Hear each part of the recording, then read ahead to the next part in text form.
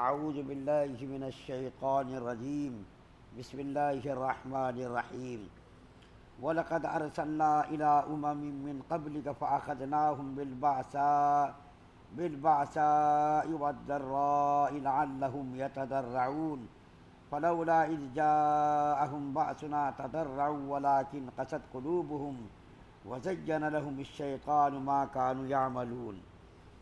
اور ہم نے اور امتوں کی طرف بھی جو کہ آپ سے پہلے ہو چکی ہیں پیغمبر بھیجے تھے، سو ہم نے ان کو تنگ دستی اور بیماری سے پکڑا تاکہ وہ ڈھیلے پڑ جاویں۔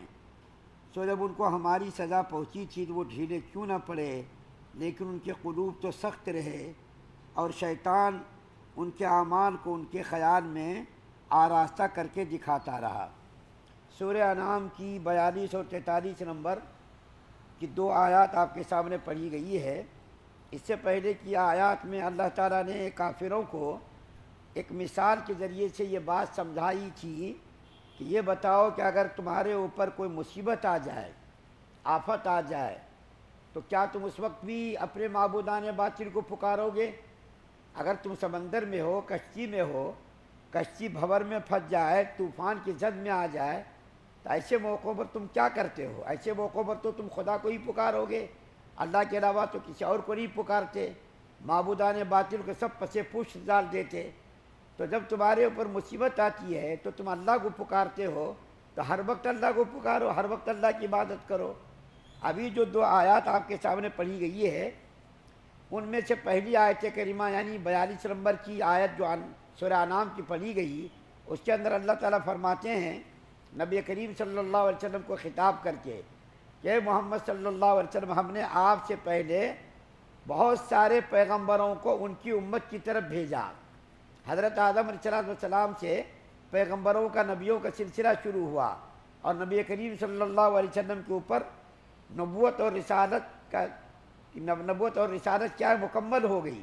تو اللہ تعالیٰ فرماتے ہیں کہ محمد صلی اللہ علیہ وسلم، ہم نے پچھلی امتوں کی طرف نبیوں کو بھیجا، رسولوں کو بھیجا، جب انہوں نے ان کی تعلیمات کو ماننے سے انکار کر دیا، ضد اور ہر دھرمی میں وہ قائم رہے، ضد اور ہر دھرمی پر وہ لوگ لگے رہے، تو اللہ تعالیٰ نے ان کو تنگ دستی اور بیماریاں بھیجی تاکہ وہ لوگ تنگ دستی سے بیزار ہو جائیں اور تنگ دستی سے اور بیماری سے پریشان ہو کر کے اللہ کی طرف رجوع ہوں۔ لیکن اس کے برعکس ان کا معاملہ ہو گیا کہ بیماری سے اور تنگ دستی سے ڈھیلے پڑنے کے بجائے اپنے کفر میں، شرک میں، عناد میں، ضد میں اور زیادہ بڑھ گئے وہ لوگ۔ تو ان کو جو ہے اللہ تعالیٰ نے عذاب کے اندر مبتلا کر دیا۔ اللہ تعالیٰ نے ان نبیوں کی جب تعلیمات کو، ان کی باتوں کو جب انہوں نے ماننے سے انکار کر دیا، جب عذاب کو اللہ تعالیٰ نے بھیجا، تو وہ عذاب ان کو ڈھیلا کرنے کے بجائے، وہ عذاب ان کو اللہ کی طرف راغب کرنے کے بجائے اور سرکشی کی طرف ان کو لے آیا، اور اپنی ضد میں اور ہر دھرمی میں لوگ اور مزید بڑھ گئے۔ دیکھیے اللہ تعالیٰ نے ہر زمانے میں لوگوں کو خبردار کرنے کے لیے، لوگوں کو چوکنا کرنے کے لیے عذاب کے اندر مبتلا کیا، تاکہ وہ لوگ عذاب کو دیکھ کر عذاب کے اندر مبتلا جب ہو جائیں تو اللہ یاد آ جائے۔ نوح علیہ السلام دیکھیے 950 سال تک روئے زمین پر رہے، انہوں نے دعوت و تبلیغ کا فریضہ انجام دیا۔ جب ان کی قوم نے ان کی بات نہیں مانی تو طوفان کا عذاب آیا، سیلاب کا عذاب آیا، اور ایسا سیلاب آیا اور ایسا طوفان آیا کہ اس طوفانی بارش کی وجہ سے اللہ تعالیٰ نے آسمان کو حکم دیا کہ پانی برسانا شروع کرو، زمین کو حکم دیا کہ پانی کا چشمہ جاری کرو۔ ایسا خطرناک سیلاب آیا، ایسا خطرناک سیلاب آیا، بڑے بڑے پہاڑوں کی چوٹیاں بھی اس سیلاب کے اندر چھپ گئی، اور بڑے بڑے پہاڑ بھی اس سیلاب کے اندر غرق ہو گئے۔ ان کی قوم، نافرمان قوم، سب کی سب ہلاک ہو گئی۔ اس کے بعد پھر قوم عاد آئی، قوم عاد بھی اسی طریقے سے ضد میں اور ہر دھرمی پر جب قائم رہی اور حضرت ہود علیہ السلام کی دعوت و تبلیغ کو ماننے سے انکار کر دیا، تو اللہ تعالیٰ نے 8 روز تک ان کے اوپر ہواؤں کو چلایا۔ بڑے بڑے مکانات، بڑے بڑے درخت ان ہواؤں کی زد میں آ کر کے گر گئے اور سب کے سب ہلاک ہو گئے۔ اس کے بعد پھر حضرت صالح علیہ السلام آئے، ان کی قوم نے بھی جب ماننے سے انکار کر دیا تو پھر اللہ تعالیٰ نے آواز کی چیخ کے ذریعے سے اس کی پوری قوم کو ہلاک اور برباد کر دیا۔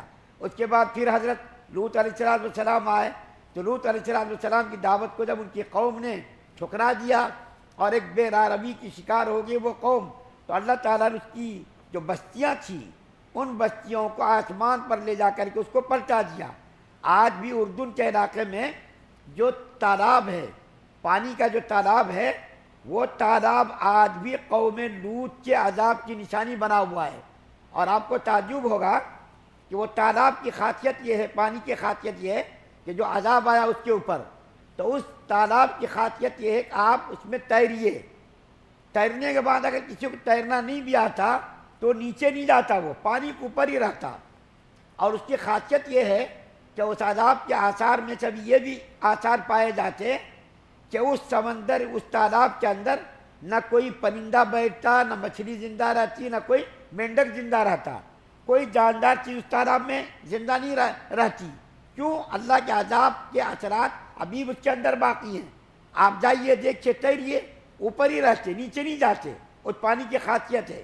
اور اس پانی کے اندر نہ تو کوئی مینڈک زندہ رہتا، نہ تو کوئی مچھلی زندہ رہتی، اور نہ تالاب کے قرب و جوار میں بوگلے یا جو پرندے وغیرہ مچھلیوں کی شکار کے لیے رہتے وہاں کچھ بھی نہیں رہتا۔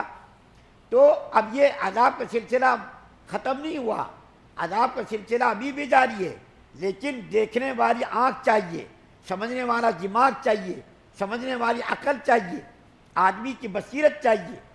آج بھی موجودہ دور میں عذاب کوئی مخصوص عذاب نہیں۔ اللہ تعالیٰ جو فرما رہے ہیں ہم نے بیماریوں میں اس کو پکڑا، تندرستی میں ہم نے اس کو پکڑا، تو یہ عذاب کوئی ایک قسم کا عذاب نہیں، ہر زمانے میں بدل کر کے اللہ تعالیٰ عذاب کو نازل کرتے۔